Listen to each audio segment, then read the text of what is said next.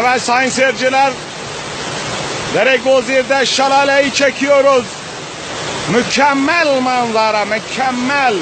Görüyorsunuz, anlatmaya gerek yok. Konuşmuyorum. Görüyorsunuz. Anlatmaya hiç gerek yok. Görüyorsunuz.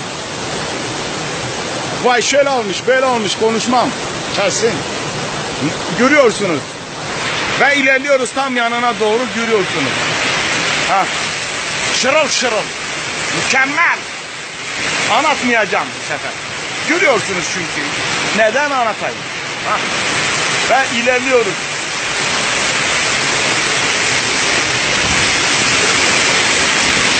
Vah vah vah vah vah vah.